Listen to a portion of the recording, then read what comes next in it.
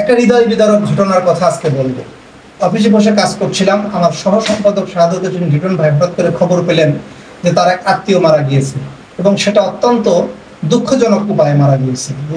নিজে প্রথমে নিজে স্ত্রীকে হত্যা করেছে, তারপরে তার শিশু সন্তানকে হত্যা করেছে, এরপরে সে গলার ফ্যানের সাথে গলায় ফাঁস লাগিয়ে আত্মহত্যা করেছে। এবং পরে যেটা আমরা শুনতে পেলাম যে এই আত্মহত্যার পিছনে তার মূলত ঋণটাই দায়ী। সে এত অভাবগ্রস্ত ছিল যে অভাবের কথা কাউকে বলতে পারেনি, শেষ বেলা সে নিজেকে শেষ করে দিয়ে পুরো পরিবারকে শেষ করে দিয়েছে যাতে কারোর কাছে তার সন্তানদের হাত পাততে না হয়। এইরকম হৃদয়গ্রাহী এবং এইরকম হৃদয় বিদারক ঘটনা কিন্তু ইদানিংকালে ঘটছে। আমি এই ঘটনা শোনার পরপরই কিছুক্ষণ পরে অনলাইনে আরো দুটা ঘটনার কথা দেখলাম যেখানে এরকম স্ত্রী সন্তান, এই মা তার সন্তানকে, এরপরে আমি আরেকটা ঘটনার কথা সামাজিক যোগাযোগ মাধ্যমে দেখলাম যেখানে দেখা গেল যে তার মা তার সদ্যজাত সন্তানকে হত্যা করে ফেলেছে। এই ধরনের হৃদয় বিদারক ঘটনা কিন্তু আমাদের সমাজে প্রায়শই ঘটছে। এর পিছনের কারণ খতিয়ে দেখা দরকার।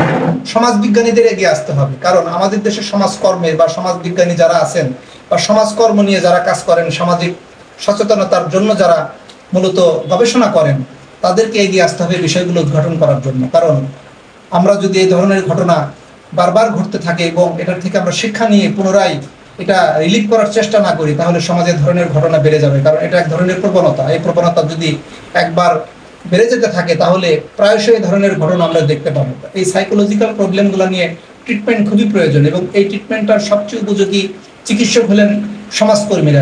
এই বিষয় নিয়ে কাজ করার জন্য সমাজকর্মীদের এগিয়ে আসা প্রয়োজন। কারণ সমাজকর্মীরা যদি এই বিষয় নিয়ে সামাজিক উদ্যোগ গ্রহণ করেন এবং সমাজে কাজ করেন, মানুষকে বোঝান, সচেতনতা বৃদ্ধি করেন, তাহলে এই ধরনের ঘটনা কমে যেতে পারে। মানুষের এই যে সাইকোলজিক্যাল প্রবলেমটা একদিনে তৈরি হয়নি, দিনে দিনে তৈরি হয়েছে। এখানে ইসলামের একটা শিক্ষার কথা আমরা বলতে পারি, যেখানে আল্লাহ তাআলা বলেছেন যে তোমাদের 40 ঘর প্রতিবেশীর খোঁজ রাখার কথা। এবং আমরা যদি আমাদের 40 ঘর প্রতিবেশীর খোঁজ খবর রাখতাম তাহলে এই ধরনের ঘটনা অনেক কমে যেত। কারণ মানুষ অভাবের তাড়নায় ঠিক কতটুকু অভাবগ্রস্ত হলে, কতটুকু বিপদগ্রস্ত হলে, কতটুকু মানসিকভাবে ভেঙে পড়লে মানুষের ধরনের হৃদয় বিদারক ঘটনা ঘটাতে পারে। তাই আমরা সকলেই যদি আমাদের ধর্মীয় বিধানগুলো মেনে চলি এবং আমাদের আশেপাশের 40 ঘর প্রতিবেশীর খোঁজ খবর রাখি এবং তারা অভাবে আছে কিনা বা তাদের কোনো সমস্যা আছে কিনা বা তাদের কোনো মানসিক সমস্যা তৈরি হলে যদি আমাদের সাথে তাদের শেয়ারিং থাকে, তাহলে কিন্তু এই ধরনের ঘটনা কমে যাবে।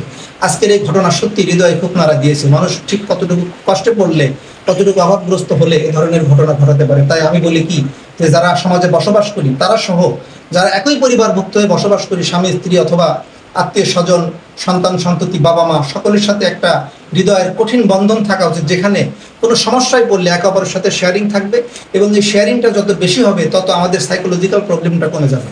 আমাদের এই সাইকোলজিক্যাল প্রবলেমের পিছনে মূলত দায়ী যে আমরা কারোর সাথে ঘটনা শেয়ার করলে আরো বেশি চাপে পড়ে যায়। যেমন আজকে একটা ঘটনা, নতুন ঘটনা দেখলাম, সন্তান এসেছে তার মায়ের বিরুদ্ধে মামলা করবে। আবার এরকম ঘটনা দেখেছি যে মা সন্তানের বিরুদ্ধে মামলা করে দেয়। কারণ কি? কারণ হলো যে আমাদের ভিতরে যে একটা বন্ডিং, এই বন্ডিংটা কমে গিয়েছে। এই বন্ডিংটা বৃদ্ধি করতে হলে আমাদের একে অপরের সাথে শেয়ারিং লাগবে, সহযোগিতা লাগবে। এই সহযোগিতাপূর্ণ মনোভাব যতক্ষণ আমাদের আরো বেড়ে না উঠবে বা গড়ে না উঠবে, ততক্ষণ আমরা কিন্তু নিজেরাও বিপদগ্রস্ত অবস্থায় আছি। তাই আসুন আমরা এখন থেকেই আমাদের এই পারিবারিক কালচারগুলোকে গড়ে তুলি, যাতে আমরা সবাই সবার সাথে শেয়ারিং করে আমাদের ভিতরে যেন সাইকোলজিক্যাল ধরনের কোনো এই যে ইমপ্রুভমেন্ট, সাইকোলজিক্যাল এই সমস্যাগুলো যেন তৈরি না হয়।